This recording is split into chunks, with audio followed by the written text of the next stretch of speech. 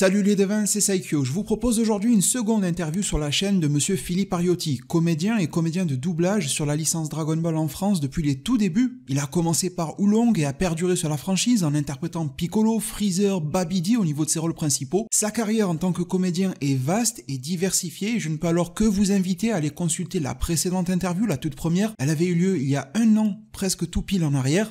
Le lien se trouvera en description. Cela vous permettra probablement d'y voir plus clair à l'intérieur de son métier de comédien de doublage, mais aussi de manière plus large au sein de son parcours de vie et professionnel. Cette fois-ci, c'est une autre thématique qui sera abordée et elle sera liée à l'actualité de monsieur Ariotti, à savoir la sortie du film Dragon Ball Super Super Héros en France le 5 octobre 2022. 10 thématiques et leurs ramifications seront développées au cours de l'interview sur des sujets un peu techniques concernant les modalités de doublage en studio, à la fois au sens technologique et humain, de sa manière d'aborder le rôle de Piccolo qui est redevenu majeur dans le film Super Héros. On traitera aussi scénario, interaction avec les divers personnages, en veillant bien sûr à ne rien révéler qui pourrait gâcher votre expérience cinéma, et on clôturera sur sa vision personnelle de l'avenir de Dragon Ball Super et de ses éventuelles aspirations à continuer à exercer son métier, notamment en prêtant sa voix à Piccolo et à Freezer par exemple.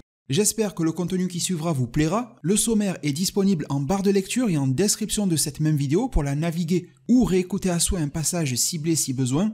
Je vous laisse avec l'interview en vous remerciant grandement et en remerciant tout autant Philippe et son collaborateur qui ont rendu tout cela possible avec beaucoup de générosité et de sincérité dans les propos. Bon visionnage. Philippe Ariotti, bonjour. Bonjour. Vous nous rejoignez aujourd'hui sur la chaîne à nouveau, c'est votre deuxième interview et je vous en remercie très sincèrement. Tout le plaisir est pour moi, cher Saikyo. L'an dernier, nous nous étions focalisés sur votre parcours, à la fois de vie et surtout professionnel en tant que comédien et comédien de doublage. Mais là, une actualité nous rassemble autour du film Dragon Ball Super Super Héros. On va donc se focaliser sur ce dernier.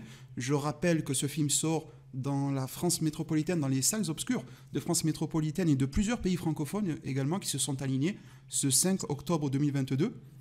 Vous me confirmez cela pour la francophonie également? Je vous le confirme.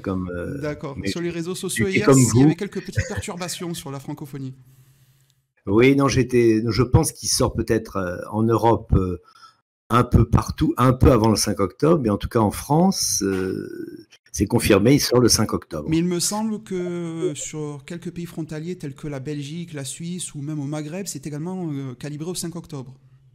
Alors très bien. Donc, je préfère le préciser car c'est également vous, il n'y a pas de VF pour la Belgique ou pour la Suisse, c'est également vous qui jouez. Non, je ne pense pas. Non. Ça, la version française, je ne pense pas qu'il y ait deux versions françaises. Elle est réellement unifiée. Je le pense. Très bien. Alors, il y a un an, lors de notre précédente entrevue, nous évoquions l'évolution du rôle de Piccolo au fil de tout Dragon Ball.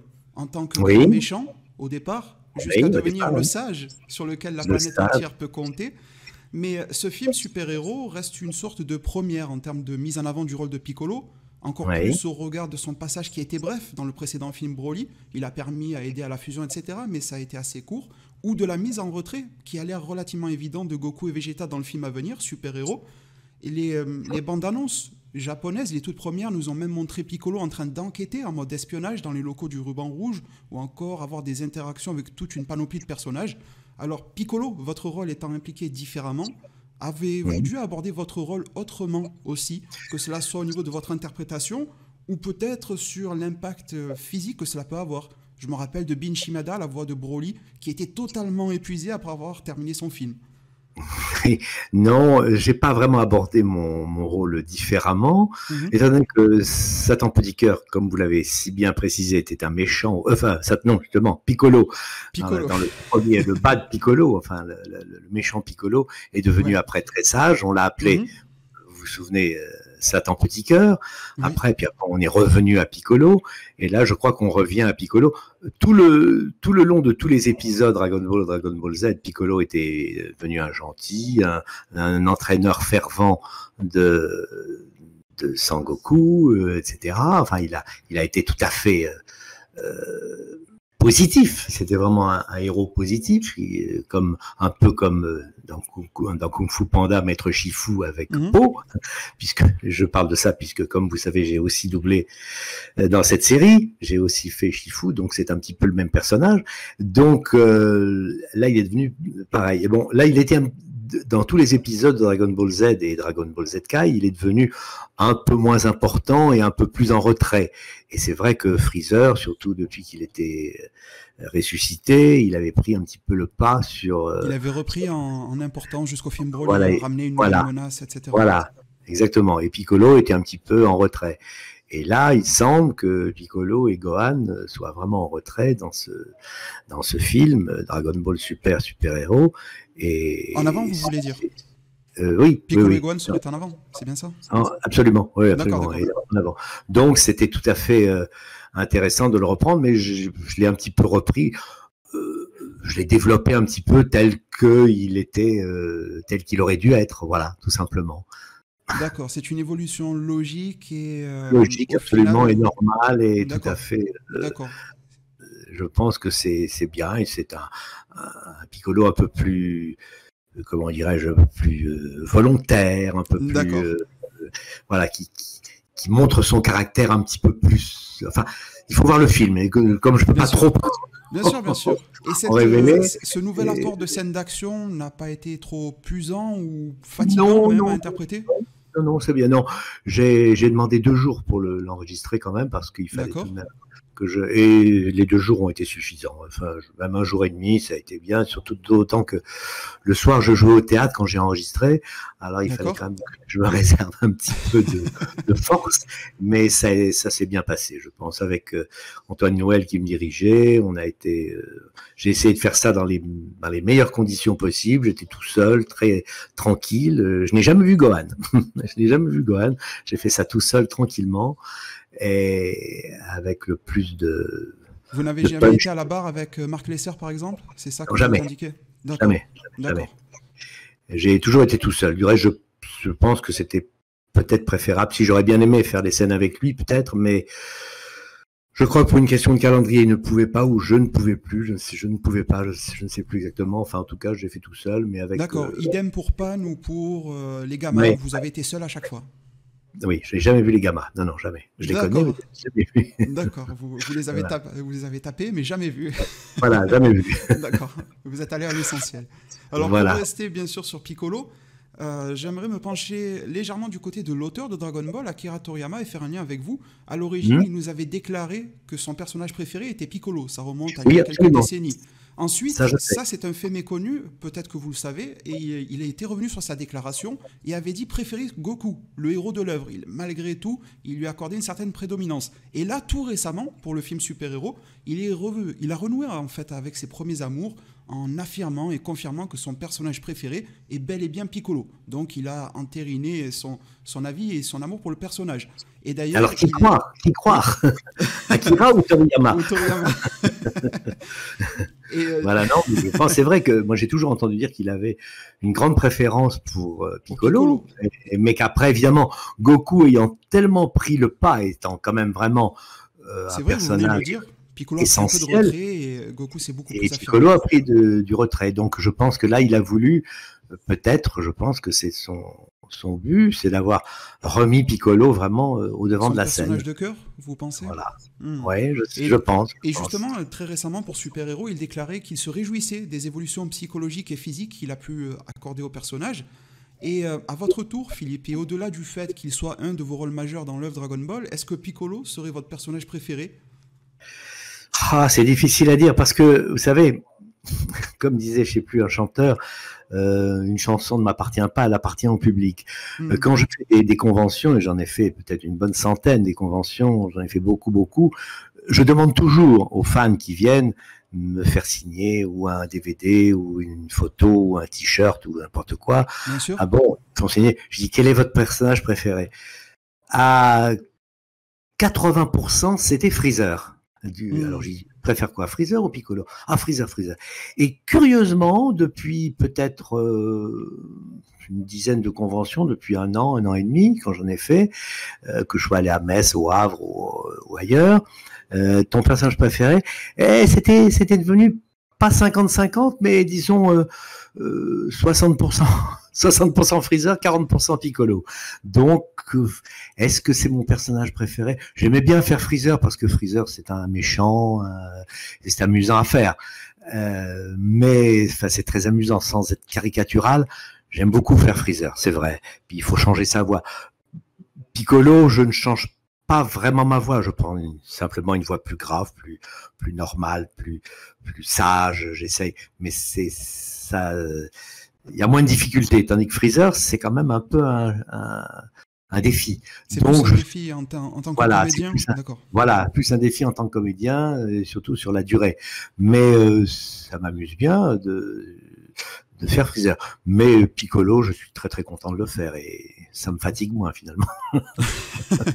Même avec un rôle beaucoup plus prépondérant, c'est quand même un rôle dans lequel vous êtes le plus à l'aise, moins challengeant, moins un défi que Freezer. Voilà, oui, exactement.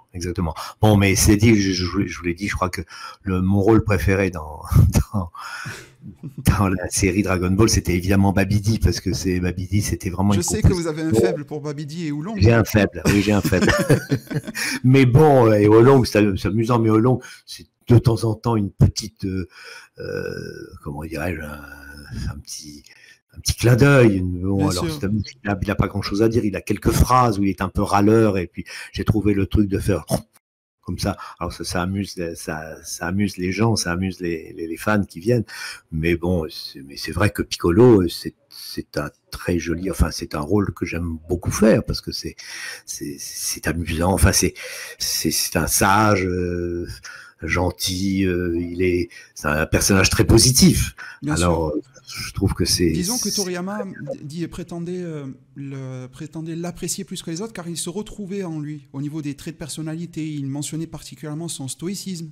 Est-ce que ce sont des traits de caractère dans lesquels vous pourriez vous reconnaître ou au contraire, c'est un personnage avec un peu plus énergique, à la Babidi, si on lui enlevait sa méchanceté, vous conviendrait un peu plus? Oui, absolument. Non, c'est vrai, je pense qu'il a tout à fait raison, parce que, au fond, et puis Toriyama, bon, bien sûr, on sait que c'est Akira Toriyama qui a fait Dr. Slump, mais surtout Dragon Ball, bien entendu, et il était un petit peu, lui-même, un peu en retrait. J'ai l'impression qu'on avait presque oublié que c'était lui qui était le créateur de Dragon Ball. Depuis le temps, on l'a pas oublié, bien sûr, on le savait, mais on n'y pensait plus tellement. Là, en redonnant à Piccolo ses lettres de noblesse, j'allais dire, eh bien, ça l'a remis un peu au devant de la scène. Et donc, je pense que, effectivement, on peut comparer peut-être Toriyama à Piccolo. Je dirais pas Toriyama à Philippe Ariotti, rassurez-vous. Je ne dirais pas jusque-là. Alors ça serait vous, c'est pour ça qu'on ne voit plus Toriyama dans les interviews ou quoi que ce soit. Vous étiez à la plume. Voilà, en quelque sorte. Alors Philippe, en 2021, je vous demandais si vous aviez, c'était en toute fin d'interview l'an dernier, je vous demandais si vous aviez un message à adresser à nos spectateurs et auditeurs, et vous m'aviez répondu avec humour que c'est, je cite, la Poste qui s'emploie à délivrer des messages et non pas vous. Et c'est assez drôle, car durant la promotion de ce film super-héros, à ses tout débuts, la maison de Piccolo a été mise en avant. On nous a promis que ça serait une découverte durant le film, et ils nous ont permis de voir tout de même la boîte aux lettres de Piccolo. Alors vous qui connaissez bien ce rôle, à qui pensez-vous que Piccolo puisse écrire, et de qui recevrait-il des messages? Alors, de Toriyama. Qui serez-vous? Évidemment, de Toriyama. Je ne sais pas, ça j'avoue. On voit la maison. On voit la maison, c'est vrai, on voit la maison. On la voit pas souvent comme cette maison dans le. Mais enfin, elle est connue. Ça permet de la découvrir. Archétypale, oui. Là, vous me posez un peu une colle. Les fans pensent que c'est fait, non pas pour recevoir les impôts ou quoi que ce soit, mais que ça serait plutôt pour communiquer avec Pan, en fait. Pour avoir un petit lien mignon avec elle, elle lui laisserait une petite peluche ou une petite lettre de sa part, il se répondrait ainsi. Ça pourrait, oui, ça pourrait. Et Piccolo pourrait s'exprimer un petit peu plus facilement à l'écrit qu'à l'oral, par exemple, avec un petit être Pan, par exemple. Est-ce que vous pensez que la théorie de Fan pourrait s'avérer ici? Oui. Moi, je pense tout à fait. C'est vraiment devenu un phénomène, cette boîte aux lettres, sur certaines réseaux sociaux. C'est vrai. C'est vrai que c'est très troublant. Cette boîte à lettres est quand même tout à fait omniprésente et on la voit beaucoup. Et c'est assez remarquable. Alors, l'humour mis à part, Philippe, d'un aspect un peu plus technique, Le rôle de Piccolo a évolué, on vient d'en discuter, mais il y a aussi un autre changement dans ce film super-héros, par exemple vis-à-vis du précédent, Broly, c'est la direction artistique au niveau visuel. Broly était principalement constitué d'une animation traditionnelle que l'on appelle en 2 dimensions, et ce nouveau film super-héros se base sur de la modélisation 3D, dans sa grande majorité en tout cas. Donc, doit-on moduler son jeu grâce ou à cause de cela? Et si je pouvais apporter un exemple, ce serait par exemple la synchronisation labiale avec le japonais qu'on a pu apercevoir dans les trailers. La bouche, par exemple, des personnages, les émotions, les expressions sur les visages sont parfois plus adaptées à ce qui a été originellement tourné en japonais. Et comment fait-on lorsqu'on doit s'adapter à ce changement technologique et technique lorsqu'il revient de jouer la comédie et de l'interpréter en français? Je crois que c'est surtout au moment de l'écriture, puisque vous savez qu'on lit une bande, bien sûr on regarde l'image, on la regarde plusieurs fois, on s'en imprègne, mais c'est surtout, vous savez qu'il y a une bande rythmo, c'est pas à vous que je vais l'apprendre, et je crois que c'est surtout au moment de l'écriture de la bande rythmo que les détecteurs et les adaptateurs font très très attention à ce que les labiales et de toute façon tout le texte soit vraiment complètement en harmonie avec le dessin qui est en 3D. Et nous, on n'a qu'à suivre un petit peu la bande rythmo, encore plus précisément qu'on ne le fait. Mais bien entendu, on s'inspire énormément du jeu de l'acteur, enfin, Toshio Furukawa. À ce moment-là, on l'écoute davantage, on regarde le dessin davantage. Ça ne pose pas une autre. J'ai pas senti une grande différence, si vous voulez. Vous ne l'avez pas perçu car le travail en amont a été fait au niveau de l'écriture. Voilà, exactement. Le travail en amont, je pense, a été très très soigneux, ce qui fait qu'on n'avait plus qu'à. Bon, il y a peut-être quelques approximations vous savez, on corrige toujours un petit peu à l'enregistrement. Et puis après, quelquefois, mais logiquement, d'une façon générale, ça ne m'a pas posé de gros problèmes, de grosses difficultés. On a été, du reste, c'est pour ça que j'avais demandé, en pensant à ça, que ça allait être un peu plus difficile, parce que je savais que ça allait être en 3D, et donc c'était peut-être un peu différent. Surtout que les comédiens japonais en ont l'habitude de ces 3D. Vu qu'ils font du doublage de jeux vidéo, mais comme l'expliquait Brigitte Lecordier, en France, on n'a pas de VF sur les jeux pour des raisons de coût, etc., d'investissement. Voilà, et donc, vous n'êtes pas, en quelque sorte, formé par l'expérience ou par la vie à ce genre d'exercice. Voilà. Donc, ça pouvait être un peu une appréhension. C'était un peu une impression, c'est pour ça que j'avais demandé un petit peu de temps, un peu plus, une demi-journée en plus, qui n'a pas été nécessaire. Mais donc, j'espère, enfin, on n'a pas encore vu le film, j'espère que les fans seront, à partir du 5 octobre, seront satisfaits. Enfin, moi j'ai fait ce que j'ai pu, mais je pense que ça ne m'a pas gêné outre mesure. Voilà. D'accord. Pour essayer d'apporter un tout petit peu de lumière sur ce que vous venez de dire, par exemple, lorsqu'un mot est prononcé en japonais, on va voir le visage de Piccolo avoir une certaine forme de mouvement qu'il n'avait pas avant en 2D, qui va s'accorder donc avec peut-être les expressions de visage qu'aurait n'importe quelle personne en japonais ou même Monsieur Toshio Furukawa. Et lorsqu'on va ramener cela vers le français, au moment d'écrire, de transcrire ce texte-là, si par exemple un mot français ne s'accorde pas avec les sonorités japonaises, on va devoir peut-être jouer un petit peu et trouver un synonyme qui sera plus proche de ce qui a été originellement. Oui. Ça sera de cet ordre-là. Je pense qu'on va le changer ou on va s'arranger pour un mot qui sonne plus ou moins pour l'allonger ou pour le raccourcir. Je pense que oui. Enfin, ça ne m'a pas paru vraiment. Il y a des passages qui sont un petit peu difficiles parce que ça, il faut faire très très attention entre les inspirations et les expirations. Ça, les gens le voient. On se rend pas compte souvent que une inspiration, souvent on voit le dessin inspiré. Si on fait une expiration, ça se voit tout de suite. Donc ça, il faut être très très très très très vigilant. Et le directeur artistique comme l'acteur font très attention à ça. Enfin, moi, en tout cas, j'ai fait très, très attention. Il m'arrive quelquefois de recommencer 3, 4, 5 fois pour que ça soit parfait, peut-être pas, mais vraiment très, très, très bien. Ça, c'est important. Alors, peut-être qu'avec la 3D, c'était encore plus manifeste. C'est bien possible. Mais je pense que le travail qu'on a fait, Je pense que le logiquement, travail fourni en amont plus le vôtre ensuite, comme vous l'avez dit, en essayant de refaire parler, etc. Voilà. Un produit, Je pense que ça a dû être, je pense, enfin j'espère de tout cœur. Bien sûr. J'ai pas vu le film. Hein. Moi, je peux pas vous en dire, j'ai pas vu le film en entier. Enfin, j'ai vu bien sûr les scènes que je faisais. On les recommençait 2 fois, 3 fois, 4 fois s'il fallait. Mais j'ai pas vu le final, le film monté. Donc Broly, par exemple, quand j'ai vu Broly il y a 3 ans, j'ai pas eu vraiment de surprise. Ce que j'avais fait au studio, c'est reparti. Alors, ce qui était pas bien, c'était pas bien, et puis c'est tout. Enfin, j'espère que tout n'était pas, que tout était à peu près bien. Mais enfin, dans l'ensemble, là, je suis sorti du studio relativement satisfait. Donc, j'espère qu'il en sera de même pour les fans. Et je pense que le travail qu'on a fait est correct, voilà, plus que correct, voilà, j'espère. Enfin, de toute façon, 3D et 2D, ça, il y aura toujours des gens partisans de l'ancien, c'est l'éternel problème. Ah ouais, c'était mieux avant, ah ben non, heureusement qu'il y a ça maintenant, dans le temps, c'était pas bien. Ça, je crois qu'on ne peut pas éviter ça, maintenant. C'est comme ça.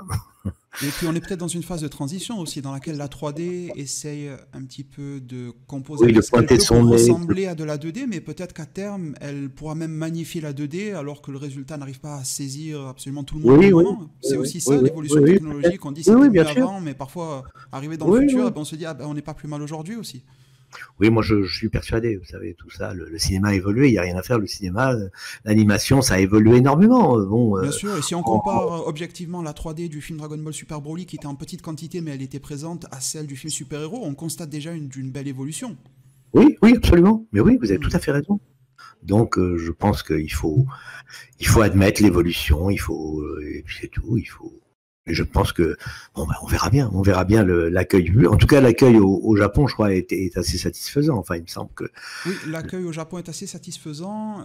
Après, les conditions dans lesquelles le film est sorti, avec son report, avec le piratage de l'animation, etc., tout ça a causé pas mal de tort en fait à la sortie du film. Il n'a pas ciblé le week-end espéré d'entrée, donc voilà, il y a eu des soucis. Il était censé sortir dans une période un peu plus vacancière au Japon et ça n'a pas été le cas, donc ils sont un petit peu en reste à ce niveau-là.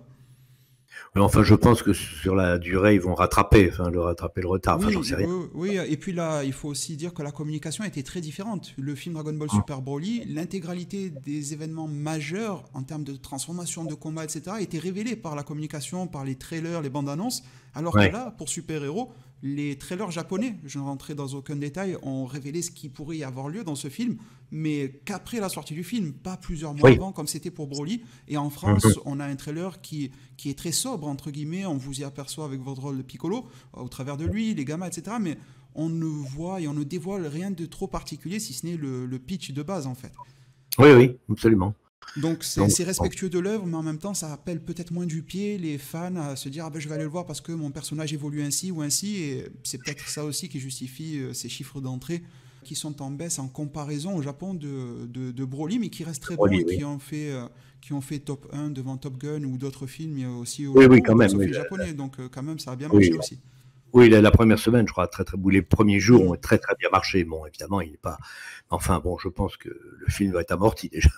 Bien sûr, et puis il va y avoir toute la sortie internationale. On n'est que sur les chiffres Japon, dans un contexte différent de celui qui était souhaité à la base en termes de sortie. Mais pour l'instant, il est sorti nulle part à part le Japon, je pense. Il est sorti qu'au Japon.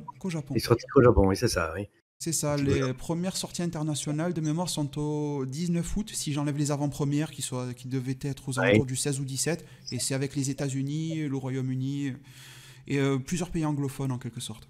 Oui, donc là on verra, on aura déjà une autre perception du succès, mais je pense, moi je suis très confiant, j'espère qu'en France en tout cas, ou alors peut-être que le fait qu'il sorte très tard en France, je ne sais pas, c'est peut-être une idée. Ils veulent peut-être privilégier comme ça la VF et que les gens peut-être l'aient vu d'une façon plus ou moins légale, tant pis, ou ailleurs, et qu'ils attendent la version française avec une impatience énorme. Mais là, je me berce peut-être d'illusions, je ne sais pas. Non, mais je pense que la VF est réellement un atout, vu que, comme vous le dites, la sortie est tardive, au 5 octobre, par rapport à sa sortie japonaise, et même par rapport à d'autres pays, je pense que la VF est réellement un atout ici. Si les personnes ont eu déjà des retours de la trame du scénario par rapport au Japon, ils ont réellement une valeur ajoutée, en tout cas en allant au cinéma. Ça, c'est factuel. Oui, moi je crois. Je pense qu'il va sortir. Je sais pas exactement je sais qu'il sort le 5 octobre. Je ne sais pas dans combien de salles il sort, mais je pense qu'il va sortir j'ai pas ce détail non plus. Ouais. Un nombre de salles assez important. Enfin, puis dans des grandes salles, il va sortir sûrement au Rex, sûrement. Oui, enfin, dans oui, ils l'ont déjà listé sur leur site officiel internet, donc il n'y aura pas de souci à ce niveau-là. Ouais. Oui, très bien. Alors, est-ce qu'ils vont faire des avant-premières en VO? Je ne sais pas. Ça, je ne sais pas. Je sais pas du tout. Très bonne question. Pour le moment, rien n'a été annoncé. On a l'impression que le Grand Rex a envie de se positionner dessus, mais il n'y a pas eu de prise de parole claire. Donc, à suivre, j'ai envie de dire. C'est un peu comme un des épisodes Dragon Ball, c'est à suivre. Mais oui. Vous qui êtes un spécialiste, si vous ne connaissez pas encore, c'est que vraiment, le secret doit être très très bien gardé. Je vous remercie.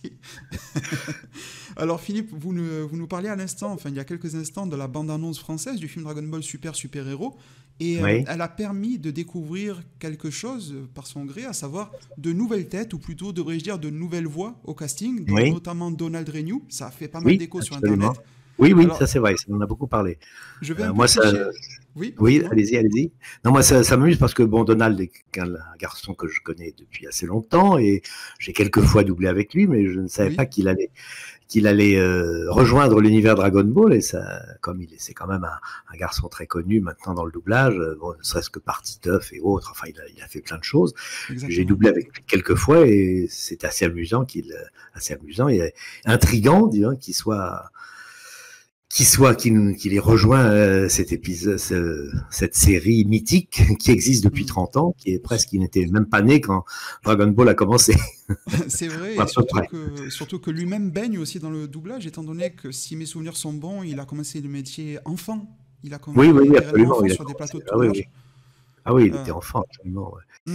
Du coup, je vous ai déjà annoncé ma fourberie, tel Freezer. Je vous ai dit que j'allais un petit peu tricher et vous poser à ce sujet-là une double question. Déjà, premièrement, comment est-ce que cela se passe-t-il lorsqu'il s'agit d'accueillir et d'intégrer de nouveaux comédiens à la bande, qui est bien connue, celle d'origine, que vous formez tous? Alors, vous m'avez déjà donné un petit indice en me disant que vous tourniez de manière individuelle et que vous ne vous rencontriez pas forcément. Mais est-ce que malgré tout, il y a comme une sorte de procédure d'accueil des nouveaux arrivants sur la franchise Dragon Ball, ou est-ce qu'avec cette période de Covid, c'est devenu un petit peu plus froid et on est obligé de tourner chacun de son côté sans forcément se croiser?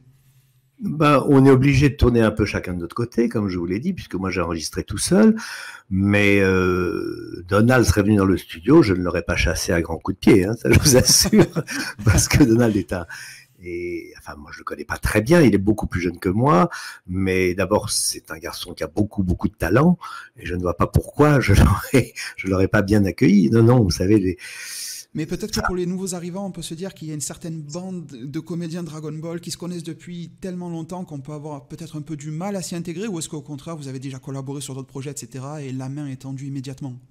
Non, enfin moi je suis pas de... Je suis pas de ceux qui tendent la main et qui la mordent. Donc, si on avait rangé, et du reste, j'ai enregistré quelques fois avec Donald Renew dans des longs métrages ou dans des séries, et ça s'est toujours très très bien passé. Donc, je vois pas pourquoi. De même que moi, quand j'ai débuté très tard, j'ai débuté assez tard dans le doublage. Oui, vous l'avez expliqué dans la précédente interview. Quand il y avait des Francis Lax ou des Roger Carrel ou des Pierre Trapeau, enfin des gens ou des gens très connus ou même des Jean-Pierre Darras comme ça, ils ne vous accueillaient pas à coup. Non, ils écoutaient, ils disaient tiens, est-ce qu'il est bien, est-ce qu'il fait l'affaire, mais généralement, vous savez, les comédiens ne sont pas des chiens, ne sont pas des gens qui sont, en principe, sont des gens bienveillants. Enfin, il y en a qui sont peut-être moins gentils que d'autres, mais moi, ou alors je m'en suis pas aperçu, ou en tout cas, ça s'est toujours assez bien passé. Peut-être que je suis assez faucheton pour pas m'en apercevoir, je ne sais pas. Non, je ne pense pas. Mais moi, je trouve que Donald Renew, pour la petite anecdote, c'est aussi lui-même quelqu'un qui tend la main à beaucoup de monde. Il profite de sa popularité actuelle méritée pour faire pas mal d'émissions sur le doublage VF et le promouvoir sur Internet. Et il invite pas mal de comédiens dans ses émissions, des vétérans, des néophytes, enfin des débutants. Oui, il a une chaîne, je crois. Il a une chaîne, absolument. Oui, du reste, je devais passer à sa chaîne avec Brigitte, je crois. Et puis, ça s'est pas fait pour des raisons, mais ça va se faire peut-être un peu plus tard, peut-être ou parce qu'il fallait pas trop parler du film. Il avait peur d'en parler trop ne sais pas. Enfin, non. Et voyez-vous, pour avoir un scoop, là, je vais sans doute doubler une série chinoise avec un certain Alexis Thomasian, qui lui aussi est un jeune. Donc, je pense que s'il avait peur de moi aussi, il m'aurait pas demandé. Donc, vous savez, je suis tout à fait. Enfin, je peux pas vous dire encore le titre de la série, mais enfin, Alexis Thomasian, vous voyez, qui est un peu de la même génération oui, bien sûr. Qui a le même parcours un peu que Donald Renew. Ce sont des jeunes, en principe, qui m'aiment bien, j'espère, enfin, qui apprécient mon travail. Sinon, ils m'auraient pas. De même que moi, quand Philippe Dumas, vous savez, vous connaissez Philippe Dumas aussi, qui a été le grand personnage qui a fait du théâtre. Ben, quand quand je commençais le doublage doucement, il était là, il était absolument adorable avec moi. Je parle même pas de Roger Carrel, dont j'ai pris la suite, comme vous le savez, pour Hercule Poirot, et dans beaucoup de choses, dans Martin Matin, etc. Non, les gens, en principe, sont, vous savez, faut pas croire que les comédiens sont, bon, il y a des comédiens qui sont moins gentils que d'autres. Mais moi, la question n'était même pas tournée vis-à-vis de la profession de comédien. D'ailleurs, j'entends très souvent l'adage qui dit que c'est une grande famille, mais plutôt au contraire du fait qu'il y avait déjà un groupe préexistant, Dragon Ball, oui, bien sûr. Et de savoir si ça pouvait bien s'entendre avec de nouveaux arrivants sur la licence. Je vous avais déjà parlé des nouvelles voix qu'il pouvait y avoir sur le film Dragon Ball Super Broly la fois dernière, et cette fois-ci, c'est un comédien de renom qui arrive et qui fait plutôt partie d'une nouvelle génération, même s'il commence quand même à avoir un CV assez long. Et voilà, je voulais savoir à peu près comment cela pouvait se passer. Mais ça, c'est plutôt... vous avez tout à fait raison, mais ça, je crois que c'est plutôt du côté des fans qui connaissent Donald Renew pour d'autres choses, qui se disent « Ah oui, c'est peut-être plutôt eux que les comédiens qui sont dans Dragon Ball, justement. » Enfin, je pense pas que... Vous parlez d'une certaine forme d'appréhension. Voilà. Le public va pouvoir le recevoir en se disant « Je l'ai entendu sur tel ou tel rôle, et j'ai l'impression qu'il sonne ainsi dès qu'il arrive sur Dragon Ball. » Voilà pourquoi il vient là-dedans, etc. Mais vis-à-vis des comédiens qui sont en place, je pense pas qu'il y ait de méfiance, je crois pas. En tout cas, moi, il y en a aucune. Moi, il y en a aucune. Renew peut venir, il a tout à fait le droit de venir dans Dragon Ball et peut-être me prendre le rôle de Piccolo, pourquoi pas. Non, je ne sais pas, je dis ça pour rire. Alors, au niveau de cette fameuse supercherie et cette fameuse deuxième partie de questions, on parlait de main tendue il y a quelques secondes. Et bien justement, est-ce que vous pensez qu'appeler ce type de comédien-là, avec sa popularité et également son talent et son parcours, c'est une main tendue vers la nouvelle génération qui pourrait se sentir un peu plus inclus, se dire « Ah tiens, j'ai jamais réellement regardé Dragon Ball, je suis un petit peu jeune, j'ai pas connu forcément les débuts, mais je vais commencer, c'est une sorte de porte ouverte pour moi, parce que je connais ce comédien-là, et je vais peut-être m'y retrouver justement. » On parlait d'une appréhension du fait que Donald passe de ses Spider-Man, Titeuf ou autre à Dragon Ball, et est-ce qu'au contraire, ça ne peut pas être aussi perçu comme du positif, dans le sens où on va être réuni avec une personne, une voix que l'on connaît? Vous me l'enlevez de la bouche, mais tout à fait. Je pense que bon, le public de Dragon Ball, maintenant il y a 3 générations pratiquement entre c'est presque les grands-parents, les parents et maintenant les enfants. Enfin, je le vois comment dirais-je, aux conventions, ça c'est très net. Des parents viennent avec leurs enfants, ils leur ont montré le film, etc. Ils viennent et avec des petits enfants à qui ils ont montré les DVD, quelquefois les VHS. Alors donc il y a des noms Dragon Ball, enfin des gens qui n'ont jamais vu Dragon Ball, qui sont plutôt, comme vous dites, Spider-Man ou Titeuf, et qui se disent « Ah bah tiens, oui, il est là, c'est vrai, on n'a jamais vu Dragon Ball. » Il y en a peut-être. Et je pense que ça peut apporter du sang neuf à Dragon Ball, ça peut apporter quelque chose de nouveau. Ça, je suis tout à fait d'accord avec vous pour ça. Alors peut-être que est-ce un pari qui ne sera pas réussi? Je n'en sais rien. Je ne le crois pas. Je pense que ça ne peut être que positif. D'accord. Moi, je pense que ça peut être que très bien. Mais parce que ça, vous avez tout à fait presque répondu à la question. Vous avez presque posé la question à laquelle je vais vous répondre avant que vous me la posiez. Bon, voilà. Finalement, ma petite tricherie, je me serais flouté moi-même avec. Exactement. Alors, pour s'immerger un petit peu plus dans le film Dragon Ball Super Héros, la relation Piccolo-Gohan, elle a connu énormément d'évolutions depuis les débuts de Dragon Ball Z, si je me réfère à l'animé, et les fans ne s'en lasseront probablement jamais de cette relation-là. Mais il me semble que le personnage de Gohan devenu adulte et ayant atteint une certaine forme de maturité, on peut se demander si leur relation n'a pas déjà atteint une forme d'apogée, comme une sorte de plafond de verre. Alors, est-ce que sans faire trop de révélations trop outrancières sur le film, vous pourriez nous mettre un petit peu plus l'eau à la bouche à ce sujet-là? Eh ben oui, justement, parce que là, c'est quand même, là, si je vous en parle un peu trop, ça va être difficile et ça va apporter des clés et c'est ça parce qu'il y a un peu de suspense de ce côté-là et je préfère maintenir le suspense parce que justement, c'est un des éléments qui fait que on se dit mais pourquoi Gohan reste comme ça un peu passif, un peu machin et pourquoi Piccolo l'engueule tellement alors si je vous dis est-ce que vous nous suggérez qu'il y a quand même quelques clés pour faire évoluer cette relation qui semble figée de par la maturité de Gohan? Est-ce que vous pensez qu'on peut être surpris en tout cas? Oui, mais alors ça, justement, on peut être surpris. C'est pour ça que j'aimerais pas trop en parler parce que c'est justement un des éléments du film et moi, je me suis laissé prendre. C'est pour vous dire, je me suis laissé prendre en enregistrant. Je comprenais pas pourquoi Gohan était un petit peu en retrait et un peu feignant, ne voulant pas s'entraîner. Et puis après, j'ai compris. j'ai compris. Alors, je peux pas vous en dire plus. D'accord. Alors, j'ai une question similaire, mais à laquelle vous devriez pouvoir répondre avec plus de facilité. Elle concerne la relation Piccolo-Pan. Elle est presque toute naissante. Ils sont déjà très attachés l'un à l'autre. Mais avec le jeune âge de la petite Saiyan terrienne, elle est métissée, et bien Piccolo a plus été une nourrice jusqu'à présent pour elle qu'autre chose. Absolument. Oui, exactement. Alors, il y a en quelque sorte entre ces deux personnages une forme de défi, car leur relation est porteuse d'un héritage lié à Son Goku, à Gohan dans le passé. Et je voulais vous demander si cette relation Piccolo-Pan fait partie de vos moments forts du film. Et avez-vous ressenti une forme de nostalgie par rapport au lien que Piccolo tissait dans le passé avec Gohan? Ou au contraire, c'est une nouvelle histoire et vous êtes focalisé sur la construction de quelque chose de nouveau? Je me suis focalisé sur quelque chose de nouveau, mais effectivement, je dirais un petit peu les deux, mon général, parce que il y a un peu de... Décidément, vos questions sont très pertinentes parce que vous faites presque les réponses en même temps et c'est formidable.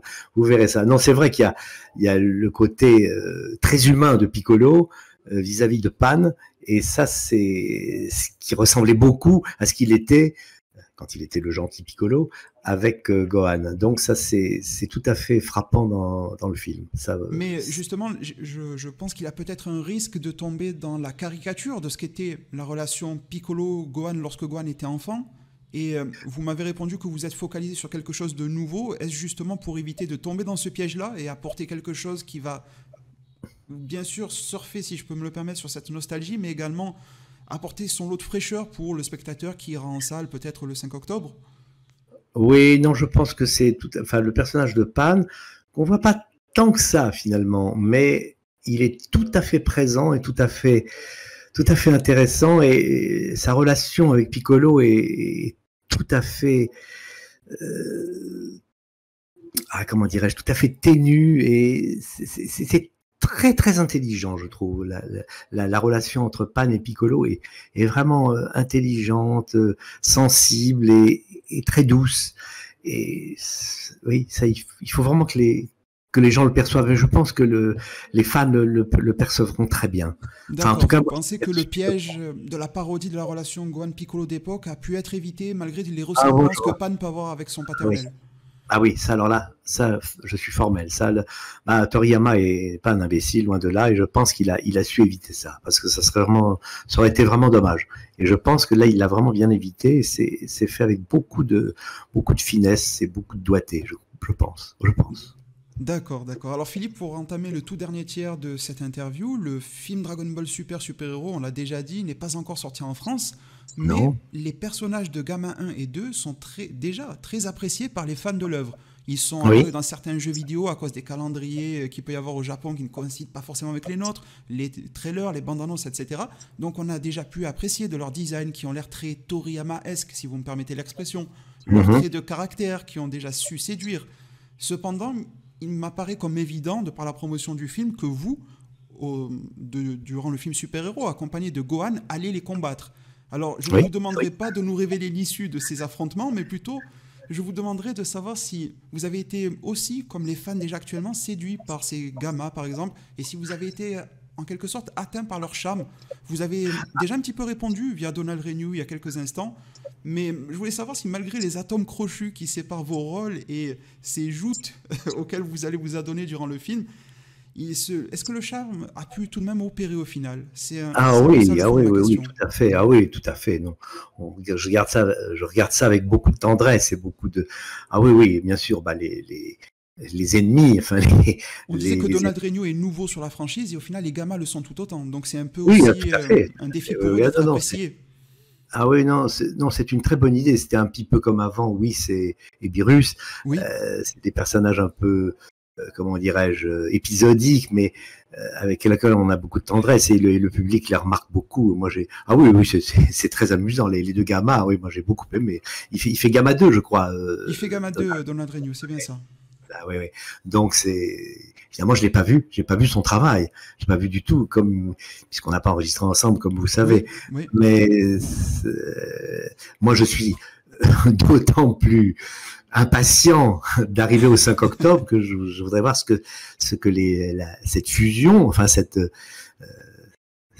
le travail qu'on a fait ensemble rend. Et ça, j'avoue que je suis très très impatient de ça.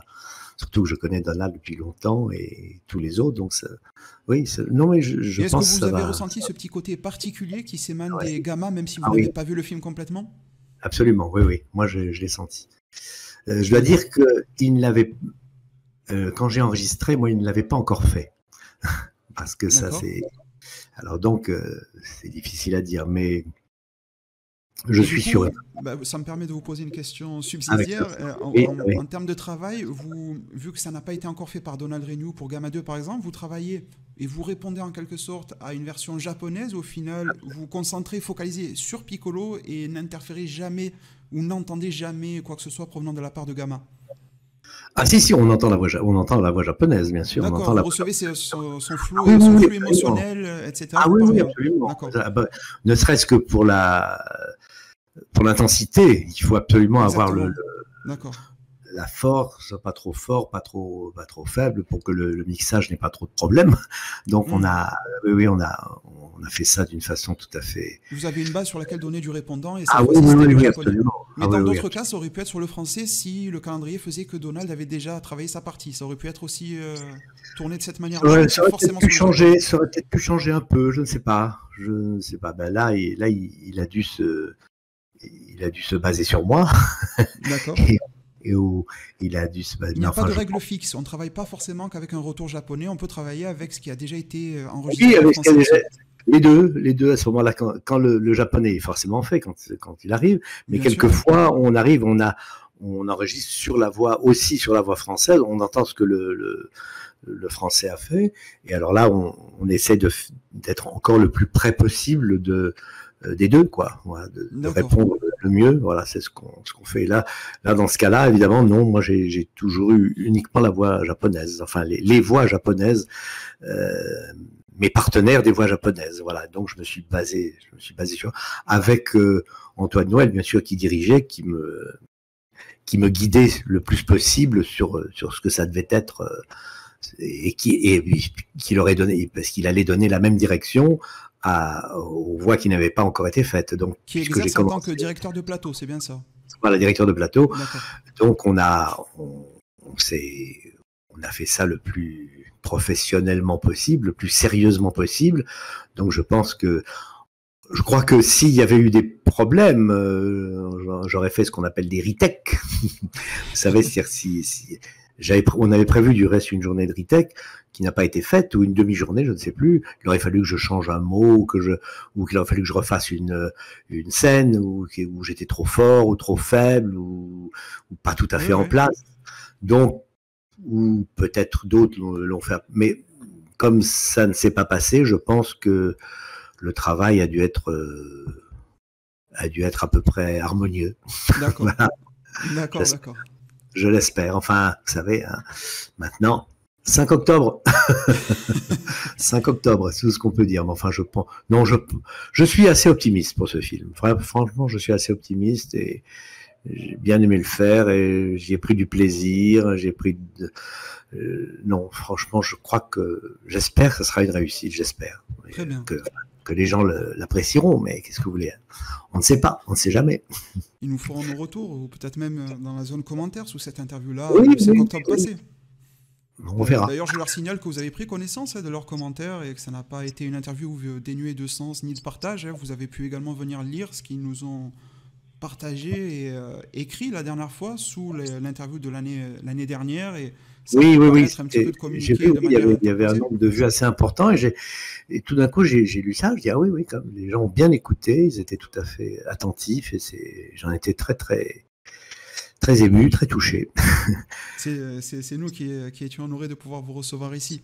Philippe, j'aimerais, tout comme l'an dernier, justement j'en parlais de cette précédente interview, pouvoir sonder votre opinion personnelle quant à l'avenir de Dragon Ball Super, car même si un adage bien connu clame que le temps et l'absence créent le désir et le manque, je pense que chacun d'entre vous, si je peux me permettre de parler au nom de tout le monde, serait des plus heureux de vous retrouver pour une vingtaine de minutes chaque semaine. Alors ma question serait de vous demander si vous pensez que la suite de Dragon Ball Super sera constituée de films ponctuels, comme ça l'est actuellement, une fois tous les 2, 3, 4 ans, uniquement cela, si vous me permettez l'expression entre guillemets, ou si nous pourrions espérer un retour, pourquoi pas, d'une série animée hebdomadaire et vous retrouver avec une sorte de forme de rendez-vous.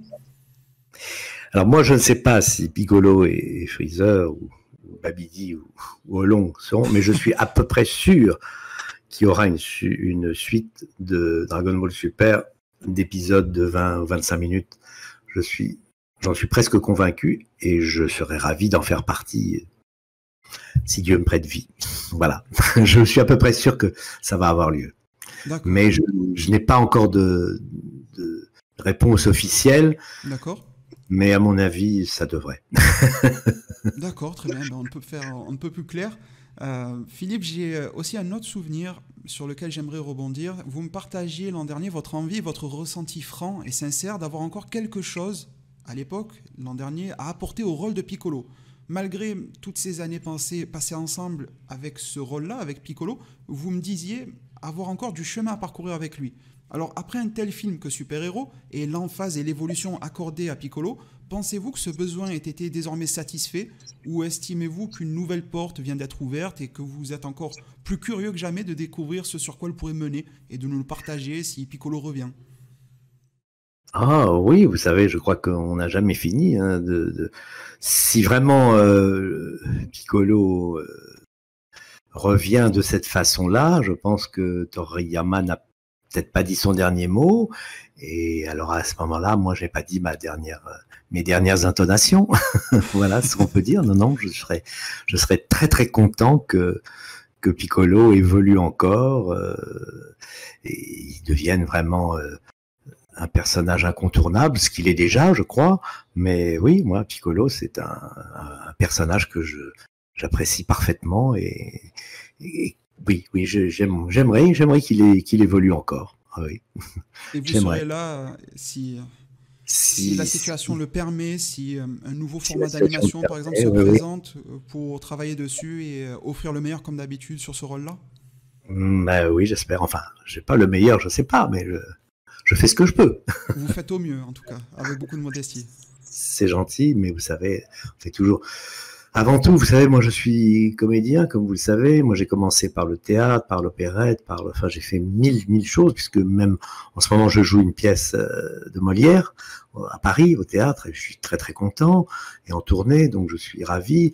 Mais chaque fois, je crois que le secret, c'est que chaque fois me dire non, j'ai rien fait avant, m'investir à nouveau dans quelque chose. Si on se dit oh ben ça je le fais comme ça, bon voilà, oui ça c'est l'habitude, la routine c'est la pire des choses. Alors à mon âge, si je suis encore comme un jeune débutant, ben c'est très bien quoi. Et je pense on débute toute sa vie, je crois, et que je débute dans Molière ou dans Piccolo, moi je suis ravi, j'essaie de faire mon métier le plus correctement possible, et bon, il y en aura sûrement qui ne m'aiment pas, et tant pis pour eux, ou tant mieux pour eux, je ne sais pas. Moi, j'essaie de faire au mieux toujours. Est-ce que j'y réussis? Je pense que depuis le temps que je fais ce métier, je ne suis pas totalement nul, c'est tout. j'espère que j'ai répondu à votre question. Mais en tout cas, l'envie de pouvoir participer à nouveau à Dragon Ball est toujours présente. Vous ne le confirmez? Ah oui, toujours. Ah oui, ça je le confirme. Ça vraiment, Dragon Ball, vous savez, ça s'est fait en 89 pour moi, je crois. Oui, fin 80, oui, 81.